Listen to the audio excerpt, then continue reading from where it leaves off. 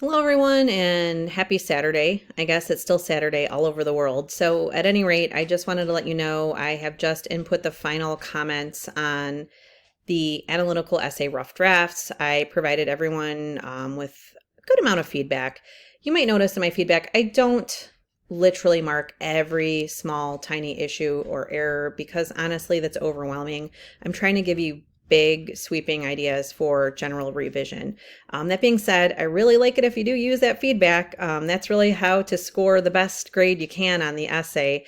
We will just be having the one final essay submission. After this, there's not going to be any other feedback or drafts because, again, you have until next Thursday to turn in your final draft. I really don't have a lot of time to get in final grades after that. So it's important that you get it in on time. You might want to look at the rubric again, just to make sure that you're familiar with the scoring mechanism in place and what that's going to look like. I probably won't be offering a ton of feedback on the very final copy because I think people at this point are mostly interested in the grade. That being said, if you want to have a continued conversation after class ends, I would be delighted to share my ideas with you and even any books. I'm always good for loaning you a book or two. In fact, you can probably keep it because as you can see, I have way too many. At any rate, I just wanted to talk about a few key ideas after looking at the drafts, just some general notes. These are kind of global comments that could apply to many people. One thing we really want to make sure we talked about in class, but there is in APA and MLA italicized. So we want to make sure that we're italicizing the novel, and that's how we do it in APA and MLA style. That being said, we also want to make sure that we refer to the author by their last name, Orange. That's pretty typical. One thing I noticed in a lot of essays, and this is because this is probably a new genre of writing to you, is that when you are citing outside sources, you just use that author's last name. If you're using APA, it's the author's last name and the year, but you don't need to say, Aaron Bell writes in the article titled Using Effective Composition Skills in First Year Composition Courses in the Composition Quarterly Journal. You just need to say Bell and then give the quote and then give the page number and the year if applicable to the style you're using. Those listing of journal titles and article titles is just kind of clunky. It takes up a lot of space. And if I really want to know the article, I just look to your cited page. So that's one stylistic note. I notice a lot of people did that, and that's because this is a new genre of writing. So again, it's just the author's last name or authors, Bell and Brown, right, quote, and then, kind of ending it. Still working to make sure you're introducing those quotes within your essays. I think a lot of people did that pretty well, but just the idea of and in this quote, you see that this happens, then giving the quote and then commenting on it. With that idea in mind, some people turn in excellent essays that almost felt like research essays on Native American culture and health, which was awesome. Great use of secondary sources, but remember, this is the class we're in. We're in literary analysis. We're in intro to fiction. So really making sure that this book is a star of the show, that you are only bringing in those other sources to understand what happens here. So some folks I gave that kind of feedback, like, look, make sure that you are calling attention to direct quotations in the novel. And in fact, that's another quick note. This isn't like writing in the sciences. In the sciences, it's pretty common to do paraphrasing, which is kind of breaking down big chunks of information and just like summarizing it super quickly.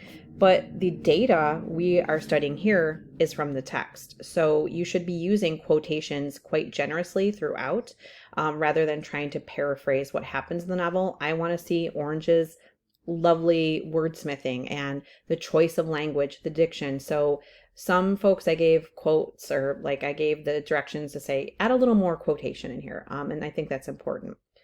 That being said, so we talked about quotes, we talked about using secondary sources. Just make sure you're representing everything correctly. Orville spells his name in a unique way, and the book even talks about that. So make sure you're spelling all the characters' names correctly. That's kind of a big note for me. It's important that we're kind of representing those parts of the novel correctly. And in fact, that's actually ties back. A lot of people wrote about identity. So like spelling Orville's name is important because he actually reflects on the fact that his mom gave them all kind of like unique spellings, and that relates to identity. So we want to get that right. One kind of other note, a lot of people chose to sort of use the lens of post-colonial theory, which makes a ton of sense. I just want to sort of talk a little bit about the difference in what we're doing and how to use that term in your essay. So Orange wrote the novel. This is a work of fiction. We have many, many other books that are books of theory, okay? And they're kind of nonfiction. They're kind of helping us think through how that particular lens can help us read a book like this. So when you're writing, you might say, I'm going to use post-colonial theory to study Orange's novel, or I'm going to use post-colonial theory to investigate how Orange depicts the aftermath of colonialism. But we're not saying that Orange is using post-colonial theory. He's not writing post-colonial theory in this book. He's writing a book that deals with colonialism, but a post-colonial theory book would be like by Edward Said, or it would literally say post-colonial theory on it. So he is definitely touching upon a ton of issues relating to colonialism and the aftermath and how it impacted Indigenous people, but this is not a book there where he's, quote, using post-colonial theory. He is discussing and describing issues relating to colonialism. You and I are the ones using the post-colonial theory. So I gave that note. I hope that makes sense to people. But again, we're using that. If we go back to the first weeks of class, we're using these different lenses, such as post-colonial theory, to get a better understanding of what happens in the book. And that's just something to think about. A lot of these are small nuances that, might not be super familiar to you yet. Like I know that not everyone has taken an intro to fiction class before, or even a class like this. So it's new, you're learning. So that's why I want to put that out there. And that's why I wanted to give you a little extra time to work on your drafts. It's important to do that. So if you have any questions or comments on your feedback, you can contact me. I know there were a few people that missed out on peer review. If you want to earn some points for peer review, you can email me and I can share some Word documents for you to recoup those points. I'm trying to be super fair. I just want to let everyone know, though, by August 11th, everything is closed down. Once it hits midnight here in Eastern Standard Time, shop is closed. So if you didn't get a chance to do your peer reviews, please contact me and I can send you some to look at. I think that's a meaningful and worthwhile endeavor. That being said, I think there's a couple people that didn't turn in a rough draft. If that's the case for you, please contact me so I can help you move forward. We have a short amount of time, but things are still possible. There's still time to get something done and something in.